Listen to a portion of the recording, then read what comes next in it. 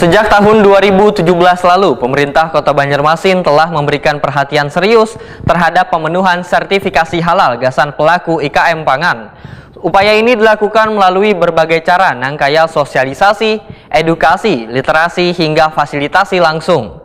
Sertifikat halal kada hanya menjamin kepatuhan terhadap syariat, tapi juga memberikan manfaat besar, yaitu meningkatkan kepercayaan konsumen, memperluas pasar, dan mempermudah kerjasama bisnis. Sejak tahun 2017 lalu, pemerintah Kota Banjarmasin telah memberikan perhatian serius terhadap pemenuhan sertifikasi halal gasan pelaku IKM pangan. Upaya ini dilakukan melalui berbagai cara, nangkaya sosialisasi, edukasi, literasi, hingga fasilitasi langsung.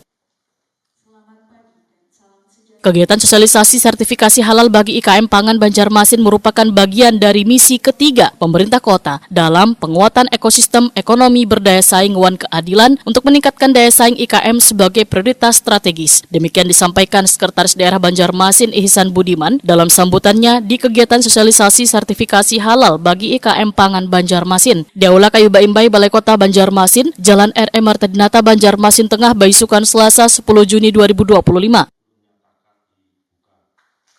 Menurut Ihsan Budiman, tantangan ke depan gasan pelaku IKM masih sangat besar, sehingga ditekankan untuk mempersiapkan diri menghadapi kewajiban sertifikasi halal tahap pertama yang akan berakhir pada 17 Oktober 2025.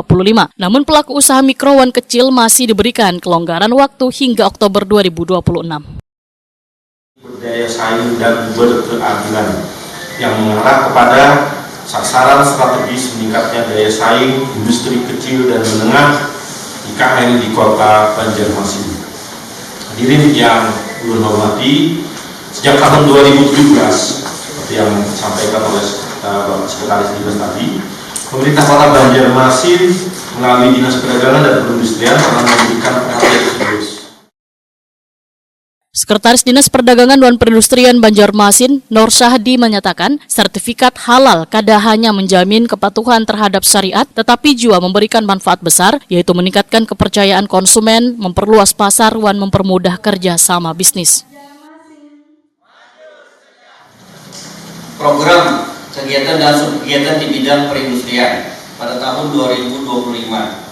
Sedangkan maksud dan tujuan dilaksanakannya sosialisasi sertifikasi halal ini adalah dalam rangka mendukung misi ketiga dari Bapak Wali Kota dan Wakil Wali Kota Banjarmasin, yaitu penguatan ekosistem ekonomi berdaya saing dan berkeadilan dengan sasaran strategis pada meningkatnya daya saing industri kecil menengah atau IKM Kota Banjarmasin, disertai dengan yang pertama melakukan program